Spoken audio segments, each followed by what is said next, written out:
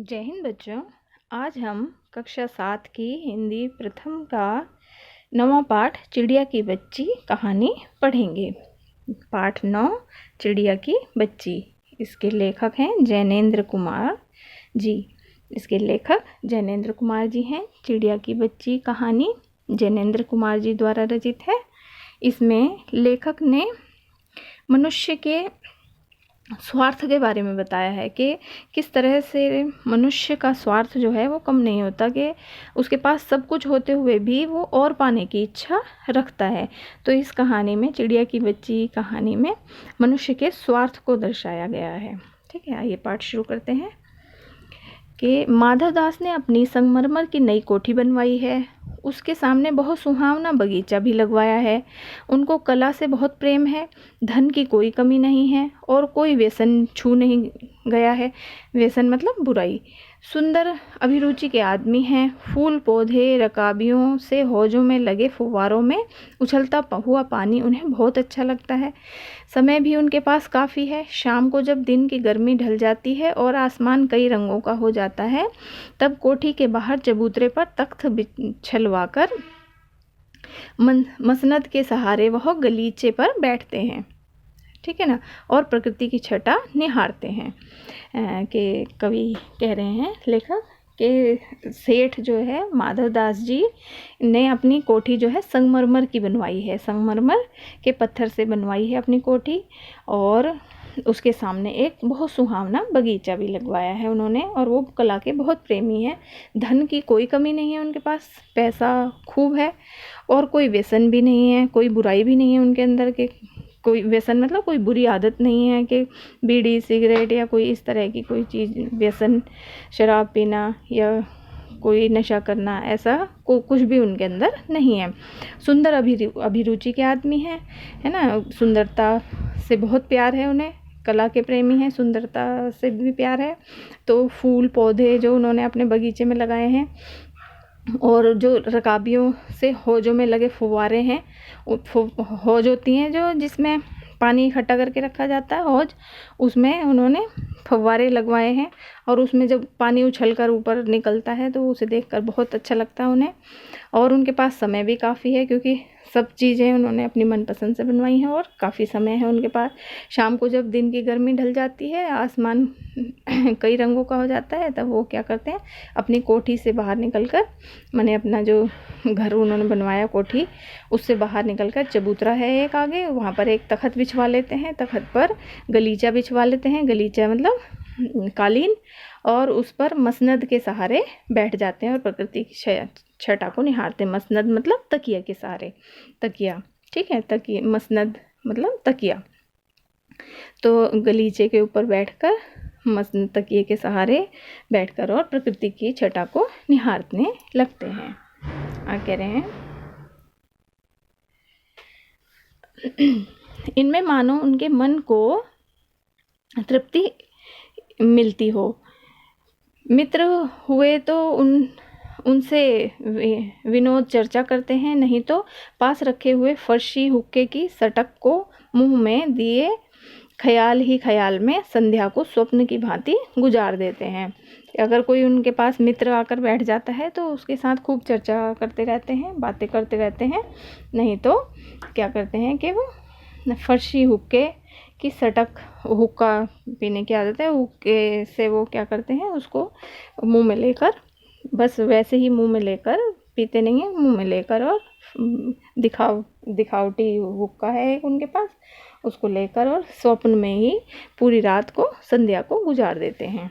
आगे, आज कुछ कुछ बादल थे, घटा गहरी थी, धूप का प्रकाश उनमें से छन छन कर आ रहा था। माधवदास मसनद के सहारे बैठे थे।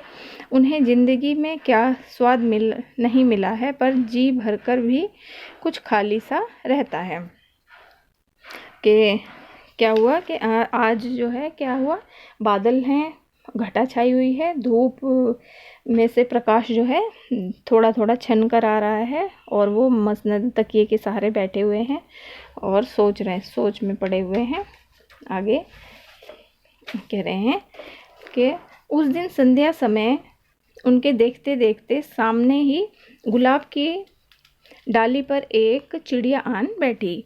कि शाम के समय वो ख्यालों में ही खोए हुए थे, तो उन्होंने देखा कि शाम के समय एक छोटी सी चिड़िया उनके बगीचे में आकर एक गुलाब के उस सुंदर फूल की टहनी पर आकर बैठ गई।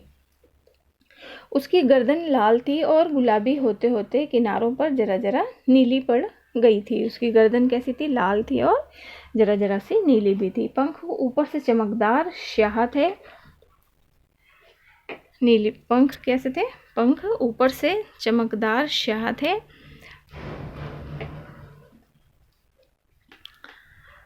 उसका नन्हा सा सिर तो बहुत प्यारा लगता था और शरीर पर चित्र विचित्र चित्रकारी थी।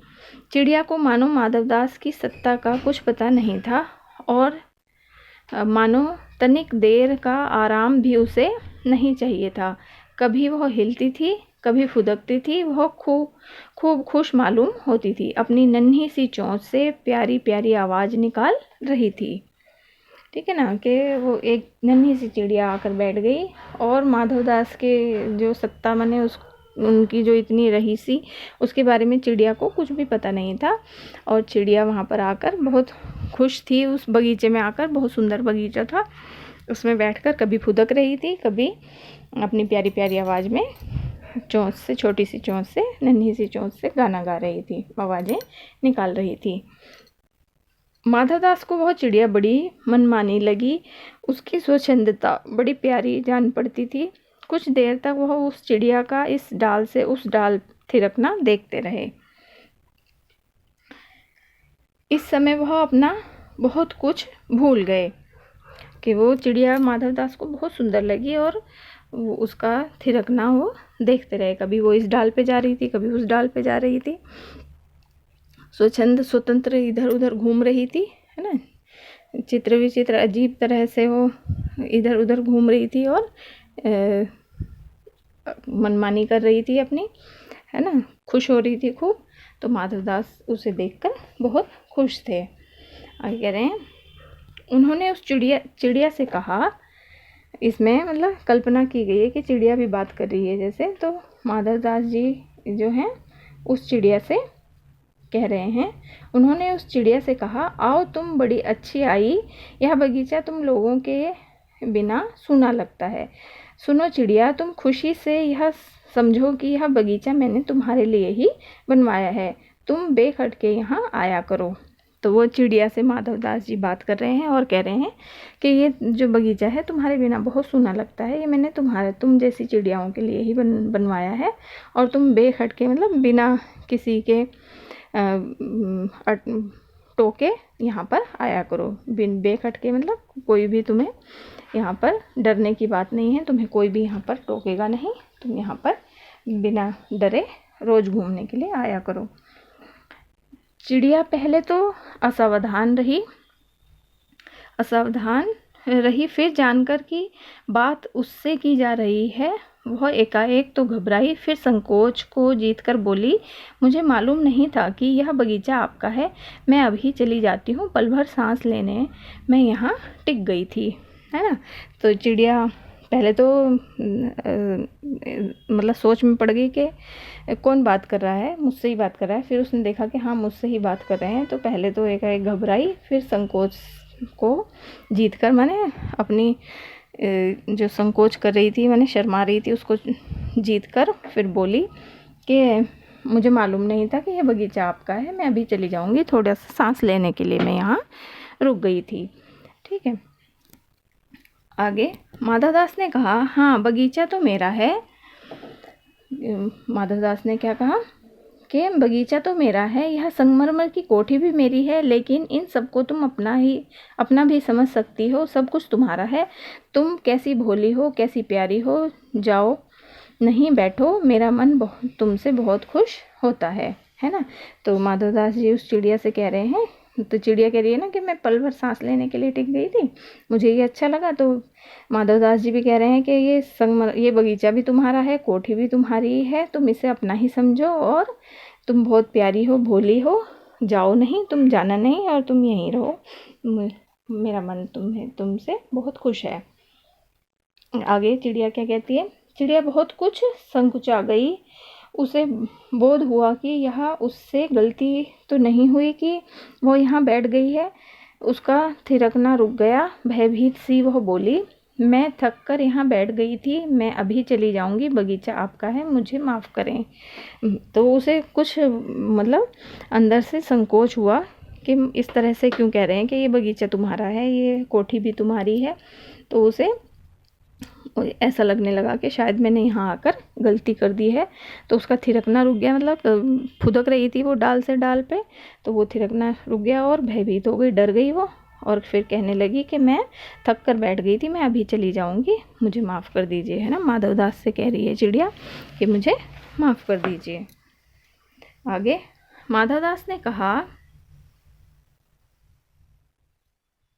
क्या कहा माधवदास ने, मेरी भोली चिड़िया, तुम्हें देखकर मेरा चित्त प्रफुल्लित हुआ है ना, कि तुम्हें देखकर मैं बहुत प्रसन्न हुआ हूँ। मेरा महल भी सुना है, मेरा महल बहुत सुना है, वहाँ कोई भी चहचहाता नहीं है। तुम्हें देखकर मेरी रागनियों का जी बहलेगा। तुम कैसी प्यारी हो, यहाँ भी तुम क्यों ना रहो। तो चिड़िया से माधवदास कह रहे हैं कि तुम यहीं पर ही रहो, तुम्हें देखकर मुझे बहुत प्रसन्नता होती है और तुम्हारा चहचहाना मुझे अच्छा लगता है, तुम बहुत प्यारी हो, तुम यहीं रहो। चिड़िया बोली, मैं माँ के पास जा रही हूँ, सूरज की धूप खाने और हवा से खेलने और फूलों से बात करने।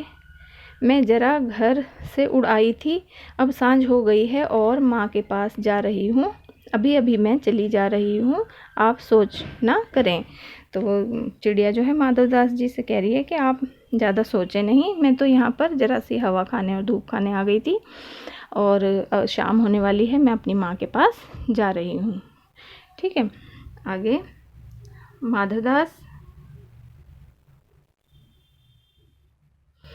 माधवदास ने कहा, प्यारी चिड़िया, पगली मत बनो, देखो तुम्हारे चारों तरफ कैसी बहार है, देखो वह पानी खेल रहा है, उधर गुलाब हंस रहा है, भीतर महल में चलो, जाने क्या क्या ना पाओगी, मेरा दिल वीरान है, वहाँ कब हंसी सुनने को मिलती है। मेरे पास बहुत सा सोना मोती है, सोने का एक बहुत सुंदर घर मैं तुम्हें बनवा दूंगा, मोतियों की झालर उसमें लटकेगी, तुम मुझे खुश रखना। और तुम्हें क्या चाहिए, माँ के पास बताओ क्या है, तुम यहाँ ही सुख से रहो मेरी भोली गुड़िया। ठीक है ना। तो माधवदास उसे तरह तरह के प्रलोभन दे रहा है कि उस चिड़िया से खुश हुआ वो बच्ची से कि मैं तुम्हारे लिए सोने का पिंजरा बनवा दूंगा, घर बनवा दूंगा, मतलब पिंजरा बनवा दूंगा, उसमें झालर मोतियों की लटका दूंगा और तुम मेरे पास रहो, माँ के पास क्या है, यहाँ अंदर महल में रहोगी मेरे साथ तो मेरा भी मन लगा रहेगा। और क्योंकि यहाँ पर वीरान रहता है, सब कुछ है फिर भी एक वीरानापन है। तो माधवदास उसे तरह तरह के प्रलोभन दे रहे हैं चिड़िया को। चिड़िया क्या कह रही, चिड़िया इन बातों से बहुत डर गई। वह बोली, मैं भटक कर तनिक आराम के लिए इस डाली पर रुक गई थी, अब भूल कर भी ऐसी गलती नहीं होगी, मैं अभी यहाँ से उड़ी जा रही हूँ। ठीक है ना। तुम्हारी बातें, अब चिड़िया जो है घबरा गई और घबरा कर कह रही है कि मैं तो थोड़ा सा आराम करने के लिए आ गई थी और मुझे माफ़ कर दो, मैं अब दोबारा यहाँ नहीं आऊँगी।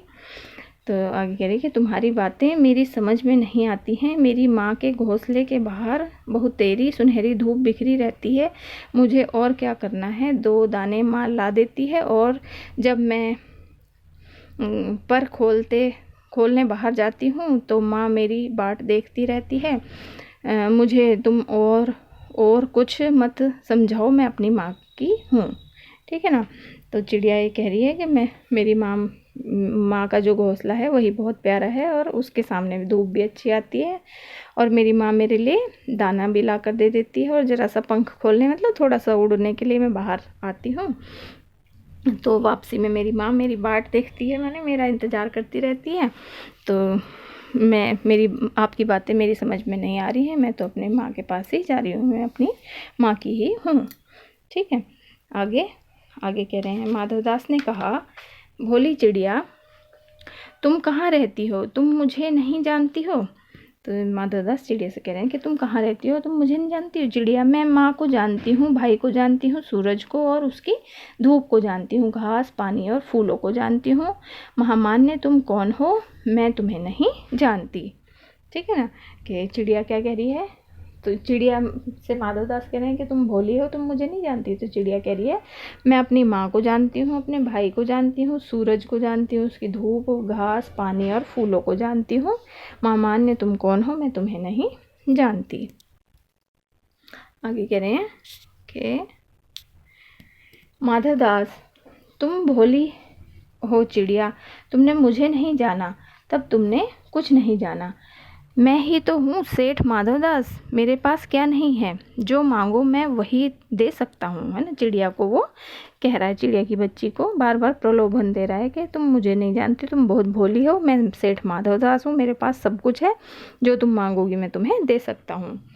फिर चिड़िया पर मेरी तो छोटी सी जात है, आपके पास सब कुछ है, तब मुझे जाने दीजिए कि मैं तो बहुत छोटी सी चिड़िया हूँ। जब आपके पास सब कुछ है, धन धान्य, सोना चांदी मोती सब कुछ है, तो फिर मतलब मैं तो बहुत छोटी सी चीज़ हूँ, तो मुझसे आप क्यों इतना मुझे प्रलोभन दे रहे हैं, है ना, मुझे जाने दीजिए।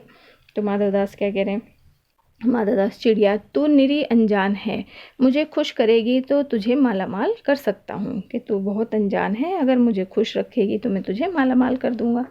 चिड़िया, तुम सेठ हो, मैं नहीं जानती सेठ क्या होता है, पर सेठ कोई बड़ी बात होती होगी। है ना, तो चिड़िया कह रही है कि तुम सेठ हो, ये नहीं, मैं नहीं जानती, सेठ कोई बड़ी बात होती होगी, मुझे नहीं पता मैं नहीं जानती सेठ क्या होता है, पर सेठ कोई बड़ी बात होती होगी। मैं अनसमझ ठहरी, माँ मुझे बहुत प्यार करती है। कि वो चिड़िया जो कह रही है कि मैं सेठ नहीं जानती और मेरी माँ मुझे बहुत प्यार करती है। आगे क्या कह रहे हैं कि मेरी माँ मुझे प्यार करती है, वह मेरी राह देखती होगी, मैं मालामाल होकर क्या होंगी मैं नहीं जानती। मालामाल किसे कहते हैं, क्या मुझे वह तुम्हारा मालामाल होना चाहिए। है ना, तो चिड़िया कह रही है कि मालामाल मुझे नहीं पता, कि मैं मालामाल मतलब धन धान्य से परिपूर्ण, बहुत धनी बना दूंगा तुम्हें। तो वो चिड़िया छोटी सी है, उसे नहीं पता कि ये क्या कह रहा है, कि मालामाल क्या होता है, कि मालामाल मुझे होना चाहिए। सेठ, अरे चिड़िया तुझे बुद्धि नहीं है, तू सोना नहीं जानती, सोना उसी की जगत को तृष्णा है। कि सोना नहीं जानती क्या होता है, कि सोने की जगत को तृष्णा है, मैंने पूरा संसार सोने के पीछे पागल है, लालसा है, तृष्णा मतलब बहुत ज़्यादा उसकी चाह है सोने की, पूरा संसार सोने के पीछे ही भागता रहता है। वो सोना मेरे पास ढेर का ढेर है, तेरा घर समूचा सोने का होगा, ऐसा पिंजरा बनवाऊंगा कि कहीं दुनिया में ना होगा, ऐसा कि तू देखती रह जाएगी, तू उसके भीतर थिरक फुदक कर मुझे खुश करियो, तेरा भाग्य खुल जाएगा, तेरे पानी पीने की कटोरी भी सोने की होगी। है ना, तो वो चिड़िया को बहुत ज़्यादा मतलब प्रलोभन देता हुआ कह रहा है कि सोना क्या होता है तू नहीं जानती है, मैं तेरे लिए सोने का पिंजरा बनवाऊंगा, सोने की कटोरी, पानी खाने के लिए, पानी पीने के लिए सोने की ही कटोरी बनवाऊंगा। आगे कह रहे हैं, चिड़िया वह सोना क्या चीज़ होती है। चिड़िया कह रही है कि सोना क्या चीज़ होती है। सेठ, तू क्या जानेगी, तू चिड़िया जो है। सेठ कह रहा है कि तू क्या जानेगी, तू तो चिड़िया है। सोने का मूल्य सीखने के लिए तुझे बहुत सीखना है, बस यह जान ले कि सेठ माधवदास तुझसे बात कर रहा है, जिससे मैं बात तक कर लेता हूँ उसकी किस्मत खुल जाती है। तू अभी जग का हाल नहीं जानती जाती, मेरी कोठियाँ पर कोठियाँ हैं, बगीचों पर बगीचे हैं, कि मेरे पास बहुत सारा धन है, माल है, कोठियाँ हैं, बगीचे हैं, दास दासियों की संख्या नहीं है, पर तुझसे मेरा चित्त प्रसन्न हुआ, ऐसा वरदान कब किसी को मिलता है। रे चिड़िया, तू इस बात को समझती क्यों नहीं। कि वो चिड़िया से बहुत खुश था माधवदास, तो वो बार बार चिड़िया को अपने पास रखने के लिए ही कह रहा है कि चिड़िया तुझसे मैं बहुत खुश हूँ, तो इस बात को क्यों नहीं समझती है। चिड़िया, सेठ मैं नादान हूँ, चिड़िया कह रही है, सेठ मैं नादान हूँ, मैं कुछ समझती नहीं, पर मुझे देर हो रही है, मेरी माँ मेरी बाट देखती होगी।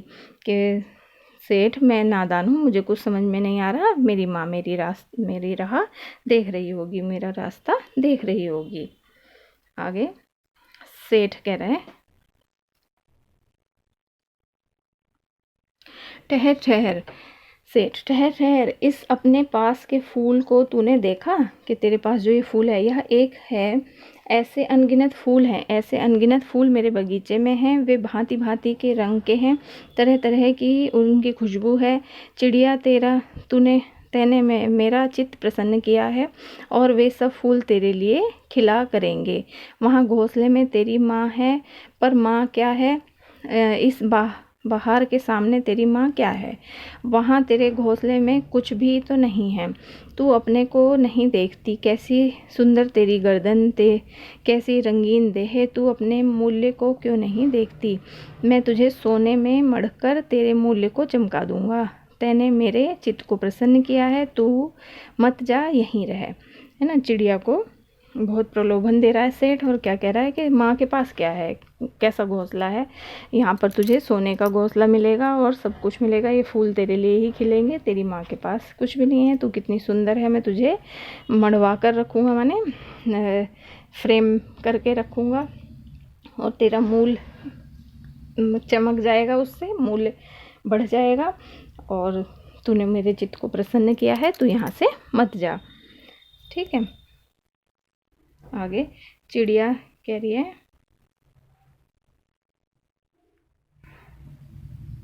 चिड़िया सेठ मैं अपने को नहीं जानती, इतना जानती हूँ कि माँ मेरी माँ है और मुझे यहाँ देर हो रही है। सेठ मुझे रात मत करो, रात में अंधेरा बहुत हो जाता है और मैं राह भूल जाऊँगी। है ना, चिड़िया कह रही है कि मुझे देर मत करो, मैं राह भूल जाऊँ। सेठ ने कहा, अच्छा चिड़िया जाती हो तो जाओ, पर इस बगीचे को अपना ही समझो, तुम बड़ी सुंदर हो। अब वो बार बार उसे प्रलोभन दे रहा है। यह कहने के साथ ही सेठ ने एक बटन दबा दिया। उसके दबने से दूर कोठी के अंदर आवाज़ हुई, जिसे सुनकर एक दास झटपट बाहर आया। है ना, कि एक बटन दबाया और उससे क्या हुआ कि कोठी के अंदर आवाज़ हुई और एक नौकर जो है दास बाहर आया। यह सब क्षण भर में हो गया और चिड़िया कुछ भी समझ नहीं पाई। क्षण भर में मतलब बिल्कुल एकदम से हो गया यह सब, चिड़िया कुछ समझ नहीं पाई। सेठ कहते रहे, तुम अभी माँ के पास जाओ, माँ बाट देखती होगी, पर कल आओगी ना? कल आना, परसों आना, रोज़ आना। सेठ चिड़िया से ये कह रहे हैं कि तुम कल भी आना, परसों आना और रोज़ आना। और यह कहते कहते दास को सेठ ने इशारा कर दिया और वह चिड़िया को पकड़ने के लिए जतन में चला। ठीक है ना, कि वो चिड़िया को बार बार कह रहे हैं कि यहाँ आना। चिड़िया कह रही है कि मतलब मुझे रात हो जाएगी तो मैं रास्ता भटक जाऊँगी, मुझे जाने दो। तो सेठ जो है इतने में ही एक बटन दबा दिया और अंदर से एक नौकर आया और नौकर को उसने इशारे में कह दिया कि इस चिड़िया को पकड़ो। और चिड़िया से बात भी करता रहा कि चिड़िया तुम कल भी आना, परसों भी आना। चिड़िया कुछ समझ नहीं पाई। यह कहने के साथ ही, है ना, आगे चिड़िया से कह रहा है सेठ के अभी माँ के पास जाओ और कल भी आना, परसों भी आना। इतने कहते उसने उसको इशारा कर दिया कि चिड़िया तुम बहुत सुंदर हो, और उससे बातें करता रहा। या इशारा करके वो उसे पकड़ने के लिए अपने नौकर से कह दिया कि इसे पकड़ कर ले आओ, और नौकर पकड़ने के लिए चल दिया और सेठ ने उसे बातों में उलझा कर रखा। सेठ कहते रहे, सच तुम बड़ी सुंदर लगती हो। तुम्हारे भाई बहन हैं? कितने भाई बहन हैं? चिड़िया को सेठ ने बातों में उलझा कर रखा, उससे भाई बहन के बारे में पूछ रहे हैं। तो चिड़िया क्या कह रही है, 2 बहन हैं, 1 भाई, पर मुझे देर हो रही है। चिड़िया कह रही है कि मेरी 2 बहन हैं और 1 भाई है, पर मुझे देर हो रही है। हाँ हाँ जाना, अभी तो उजेला है। 2 बहन 1 भाई हैं, बड़ी अच्छी बात है ना। माधवदास उसे बातों में लगा कर रखा हुआ है कि ठीक है, अभी तो उजेला है, मतलब उजाला है, अभी मत जाओ, और तुम्हारे 2 बहन 1 भाई है, बड़ी अच्छी बात है। आगे क्या कह रहे हैं, पर चिड़िया के मन के भीतर जाने क्यों चैन नहीं था। वह चौकन्नी हो चारों ओर देखती थी। उसने कहा, सेठ मुझे देर हो रही है। सेठ ने कहा, देर अभी कहाँ, अभी उजेला है। मेरी प्यारी चिड़िया, तुम अपने घर का इतने और हाल सुनाओ, भय मत करो, कि अपने घर की बात बताओ और भय मत करो, डरो मत। ठीक है ना। चिड़िया ने कहा, सेठ मुझे डर लगता है, माँ मेरी दूर है, रात हो जाएगी तो राह नहीं सूझेगी, कि मैं रात को मुझे रास्ता पता नहीं चलेगा, क्योंकि चिड़िया छोटी थी, चिड़िया की बच्ची थी वो छोटी सी। तो वो सेठ उसे बातों में लगाकर उसे पकड़ने के लिए अपने नौकर को भेज देता है। इतने में चिड़िया को बोध हुआ कि जैसे एक कठोर स्पर्श उसके देह को छू गया। वह चीख देकर चिचियाई और एकदम उड़ी, है ना, कि उसके ऊपर, उसके शरीर पर, देह मतलब शरीर पर किसी कठोर सा स्पर्श, किसी चीज़ ने उसको छुआ है और वो एकदम चीखी और उड़ गई। नौकर के फैले हुए पंजे में वह आकर भी नहीं आ सकी, है ना, क्योंकि चौकन्नी होकर बैठी थी और वो नौकर के पंजे में नहीं आ सकी। तब वह उड़ती हुई एक सांस में माँ के पास गई और माँ की गोद में गिरकर सुबकने लगी। ओ माँ, ओ माँ, रोने लगी, जाकर माँ की गोद में, घोंसले में चली गई अपने। ठीक है। माँ ने बच्ची को छाती से चिपटाकर पूछा, क्या है मेरी बच्ची, क्या है, कि क्या हुआ, कि क्या हुआ। पर बच्ची कांप कांप कर माँ की छाती से और चिपक गई, बोली, कुछ नहीं, बस सुबकती रही, ओ माँ, ओ माँ, है ना। और वो छोटी सी चिड़िया की बच्ची जो है अपनी माँ की छाती से चिपक कर और कांप रही थी और चिपक कर रोती ही रही, ओ माँ, ओ माँ। फिर क्या हुआ, बड़ी देर में उसे ढांढस बंधा, कि उसे थोड़ा सा सुकून सा मिला, ढांढस बंधा, शक्ति सी आई, और तब वह पलक मीच कर छाती से ही बहुत देर में उसे ढांढस बंधा और पलक मीच कर वो क्या हुआ, छाती से ही चिपक कर सोई, जब तक पलक ना खुलेगी, जैसे अब पलक ना खुलेगी। कि बहुत डर गई थी चिड़िया, और जब उसे थोड़ी सी सांस आई तब भी वो अपनी माँ के साथ चिपकी ही रही, माँ की छाती से, और पलक मीच ली, मैंने आंखें बंद कर ली, और ऐसा लग रहा था कि अब पलक नहीं खोलेगी। बहुत डर गई थी वो छोटी सी चिड़िया। ठीक है। इस कहानी से आपको समझ में आया होगा कि माधवदास कैसे लालच में पड़ गया था, चिड़िया को भी, कि छोटी सी बच्ची को अपने पास रखना चाह रहा था। आशा करते हैं पाठ समझ में आ गया होगा आपको। धन्यवाद।